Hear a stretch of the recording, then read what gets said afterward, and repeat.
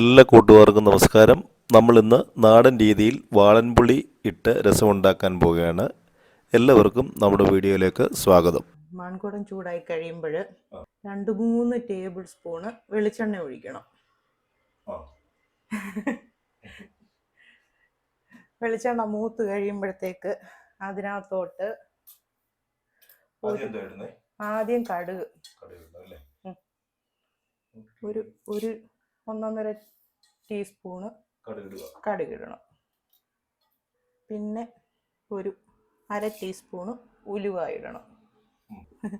മൂത്ത് വരുമ്പോഴത്തേക്ക് ഒരു 3 വറ്റൽ മുളക് ഇങ്ങനെ കീറി ഇടണം.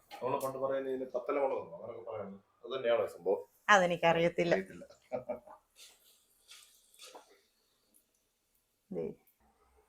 ഇതൊന്ന് മൂത്ത് വരുമ്പോഴത്തേക്ക് 1 ടീസ്പൂൺ ഉണ്ട് ഇഞ്ചി, 1 ടീസ്പൂൺ അല്ല 1 ടേബിൾ സ്പൂൺ ഉണ്ട് ഇഞ്ചി ചതച്ചത്. അടുത്തത് ഒരു 3/4 ടേബിൾ സ്പൂൺ വെളുത്തുള്ളി ചതച്ചത്. അതായി. തീ ഞാൻ കുറച്ചിട്ടുണ്ട്. പിന്നെ ഒരു 7-8 ചുവന്നുള്ളി ചതച്ചത്.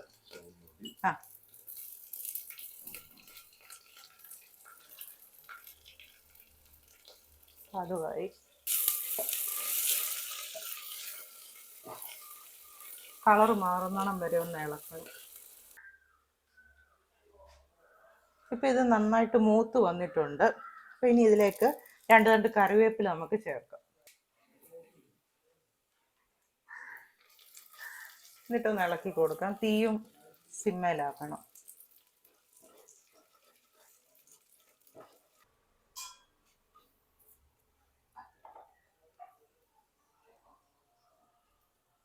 ഇനി ഇതിലേക്ക് 1.5 ടേബിൾ സ്പൂൺ മല്ലിപ്പൊടി ചേർക്കണം.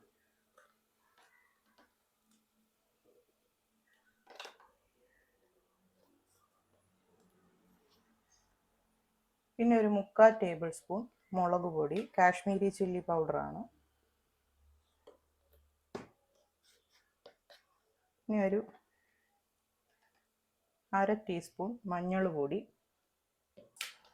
പിന്നെ ഒരു 2 ടീസ്പൂൺ കുരുമുളക് പൊടി. ഇത്രയും ചേർത്ത് നല്ലതായിട്ടൊന്ന് മൂപ്പിക്കണം. കരിഞ്ഞു പോകാതിരിക്കാൻ ഫ്ലെയിം സിമ്മയിലാക്കണം.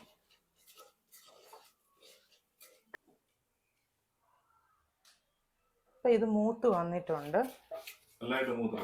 മൂത്ത് വരുന്നുണ്ട്. ഇനി ഇത് കരിയാൻ സമ്മതിക്കല്. തക്കാളി, ഒരു തക്കാളി അരിഞ്ഞു വെച്ചു. ഇതൊരു മീഡിയം സൈസ് തക്കാളിയാണ്. അത് ചേർത്തൊന്ന് ഇളക്കി കൊടുക്കണം.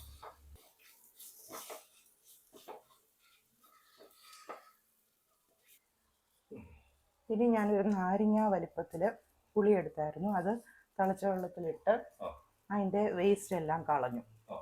അത് ഞാനിപ്പോഴ് 1 കപ്പ് തിളച്ച വെള്ളത്തിലായിരുന്നു ഇത് ഒഴിച്ചത്.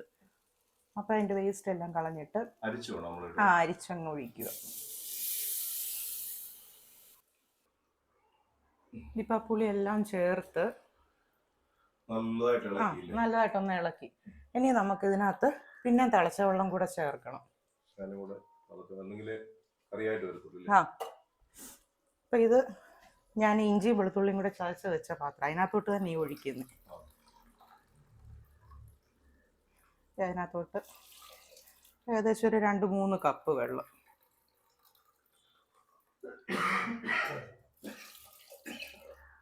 തിളച്ചവെള്ളം തന്നെ ചേർക്കുമ്പോഴാണ് നല്ലത്, പച്ചവെള്ളം ചേർക്കുന്നതിനെക്കാട്ടിൽ. അതായി ഒരു 3 കപ്പ് വെള്ളം, 3-3.5 കപ്പ് വെള്ളം ചേർക്കാം.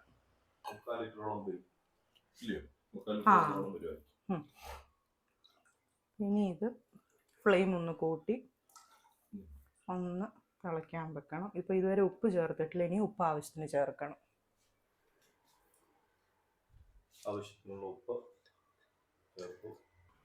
ഉപ്പ് നോക്കട്ടെ.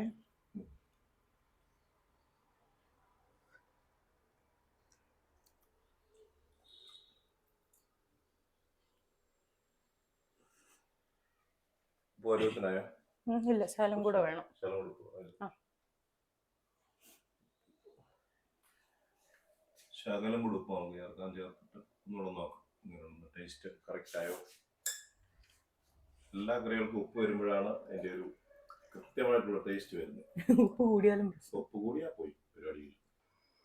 കായപ്പൊടി ചേർക്കണം.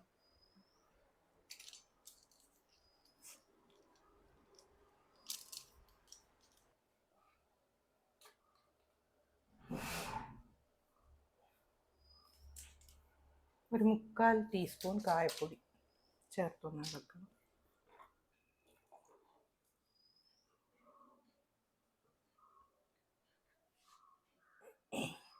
പിന്നെ ഇത് മല്ലിയിലയാ. മല്ലിയില അഴുക്കാവാതിരിക്കാൻ വേണ്ടിയിട്ട് കിട്ടുമ്പോൾ തന്നെ അരച്ച് മിക്സിയിലിട്ടേ അരച്ച് ഇതുപോലെ ഐസ് ക്യൂബിന്റെ ട്രേ ഉണ്ട്, അതിനകത്തോട്ട് ഇട്ട് വെക്കും. അതോ, അത് ഈ ഐസ് ക്യൂബിന്റെ ഷേപ്പ് പോലെ, ഇതൊരു ബോൾ ഷേപ്പ് ആയിരുന്നു, അതിപ്പോ ഇരുന്ന് അങ്ങനെ ആയിപ്പോയതാ. ഇതുകൂടെ ചേർക്കാം. അപ്പൊ ഈ മല്ലിയില ചേർത്താലേ ഇതിന് നല്ലൊരു ടേസ്റ്റ് കിട്ടത്തുള്ളൂ. ഇതെന്തായാലും ചേർക്കണം.